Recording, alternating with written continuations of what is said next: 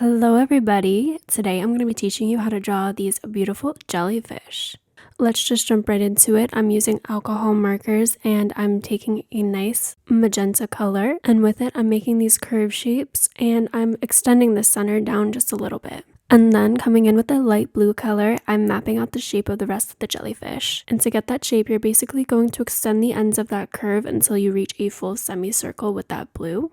At the bottom, you can either leave them flat with a straight line, or you can add a circle to make it look more like 3D. I like to add both of them to give varying perspectives. And then I'm going in with a light purple color and I'm filling in the underneath section of the ones that have the circle at the bottom. Except I'm not filling it in all the way. As you can see, I'm adding a little gap in the center. For the ones with a flat bottom, obviously you can skip that step. And for the gap, you want the sides to have inward facing curves. And we do want to keep that gap as white as possible. If you do go over it by accident, it's not the end of the world. We can always go over it with white, but it does look best when the paper is just white from the beginning. And then you're just going to want to outline the rim of the jellyfish with a scalloped line, which if you don't know is just basically a bunch of downward facing curves connected to each other. After you have all those scalloped lines down, you're going to want to go in with a light hot pink color. I literally think this one is called Light Hot Pink. It's by Ohuhu. That's the brand that I use in most of my videos. Sometimes I use Copic, but these are all Ohuhu. I get that question a lot, so I just figured I'd answer it. But with that light hot pink color, I'm going over the sides of the jellyfish and I'm blending it into the edge of the original pink color. And just like in the underneath section where the gap is, you're going to want to preserve a lot of white on the top of the jellyfish as well in the center towards the bottom. Again, if you go over it too much, it's not the end of the world, but it just looks best when you don't have to go over it with white. Then you're going to want to take a slightly darker blue or purple color and outline the rim again with those scalloped lines, and then go down with a bunch of these lumpy layers that start off pretty big and then start to taper off and get a lot smaller. While you're doing this, you want it to curve a little bit like these ones are. Make them curve in different directions. Don't make them all go in the same way unless you really want to. It'll probably still look cool. Don't overthink these shapes. Just like Bob Ross says, there's no mistakes, only happy accidents. So you'll probably discover a really cool way that I didn't even do here to make jellyfish. So again, don't overthink it if you mess up a little bit. Then I'm outlining that scalloped line again, and I'm bringing these little lines going upwards towards the top of the jellyfish. You want these lines to look kind of like an umbrella, a parasol of sorts, where they all meet at the top. However, you don't want the lines to be perfectly straight and solid. You want them to be a little bit imperfect. And then I'm taking a darker blue color and I'm outlining everything. You really want to get in all those nooks and crannies. Don't leave any white on the outlines hanging. You can do this easily by taking the tip of your marker and just shoving it in those little cracks right there. And I like to start off with one smaller line and then gradually make that line on the outside bigger. And I'm also going over a lot of the blobs in the center and adding some little pockets of shading in between them. Now you're going to want to take a really dark gray color and go around the edges of those blue lines that you just made. Again, it's easiest if you start off with a thin line and then gradually make it thicker and then fill in everything in between them. I made the outline look like an oval, but you could make it look like a square, a circle, whatever you prefer. Then with the dark blue, go over all of that gray that you just made and overline the edge of the perimeter just a little bit with that blue. Adding the gray before the blue adds so much more depth and richness to the blue. It really makes it feel a lot more like the deep sea, which will in turn make the colors of the jellyfish pop out so much more, as well as all the white sections that we left in there.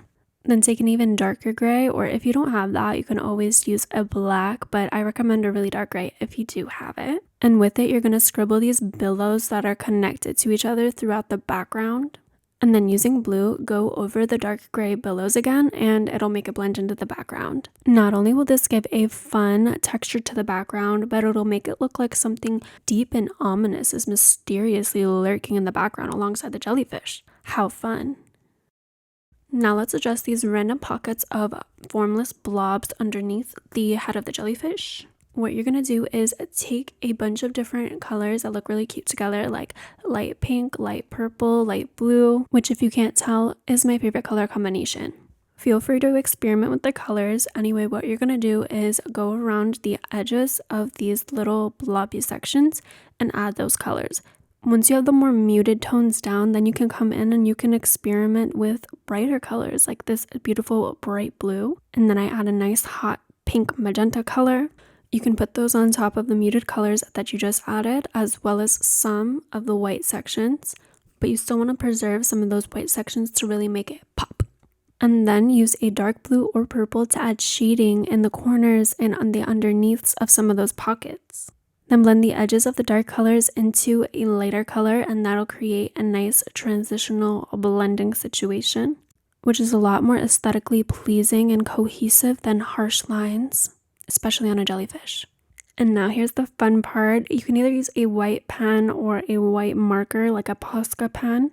I started off with a white pen, but quickly turned to a Posca because the white pen that I had was the only one I had left, which was the thinnest one that is available on the market.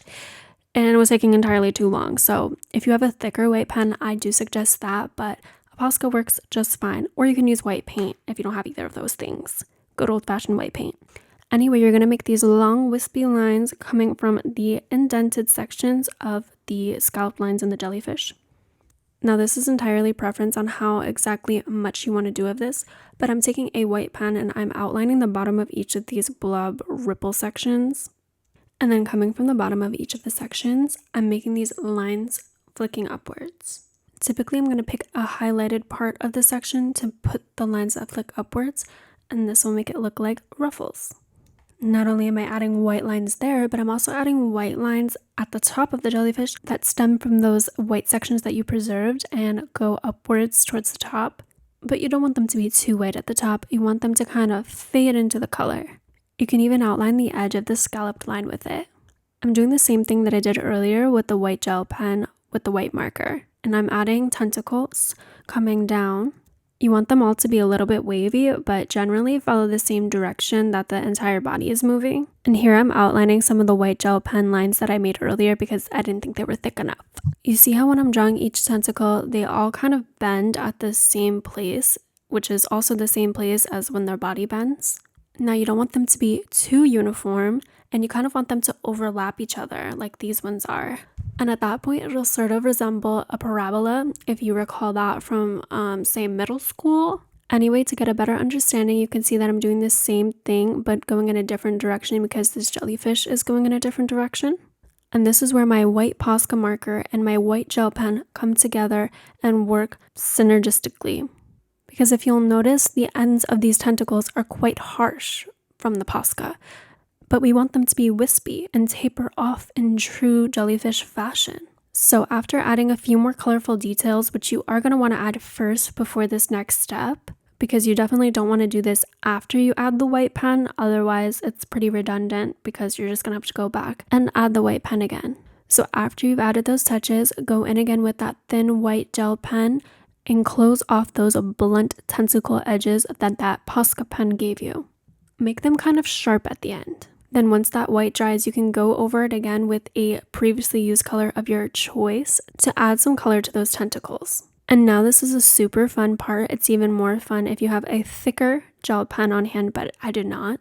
But we're going to add some nidocytes. I literally love that word so much. I learned it in Bio 102. Anyway, you're going to just add on pretty much every other tentacle a line of dots that start off kind of thick and get smaller as they go down. If you didn't know, nidocytes are the little tiny stinging cells that allow a jellyfish to be a stinging jellyfish. Not all jellyfish have these, but inside of a nidocyte is something called a nematocyst, and it can get triggered and come out, and that's what ultimately allows a jellyfish to sting and hurt you, or anything it deems a predator for that matter.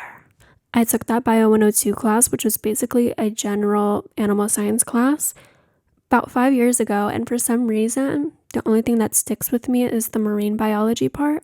So if I retain that information for 5 years, I'm thinking maybe one of you guys will find it interesting as well. You can let me know if you thought so in the comments. Now the next and final step is basically just add a few tiny dots of varying sizes throughout the background. Then once those dry, you can go over them with a previously used color of your choice. After that, you can go back in and you can blend out any super harsh edges or anything that needs a little bit of fixin', a little bit of TLC. Add a few more colors to make them pop and bright. And guess what, babes? You are finished. Congratulations, you have beautiful jellyfish. And are they not so beautiful and mesmerizing and ominous and mysterious and gorgeous? Just like you.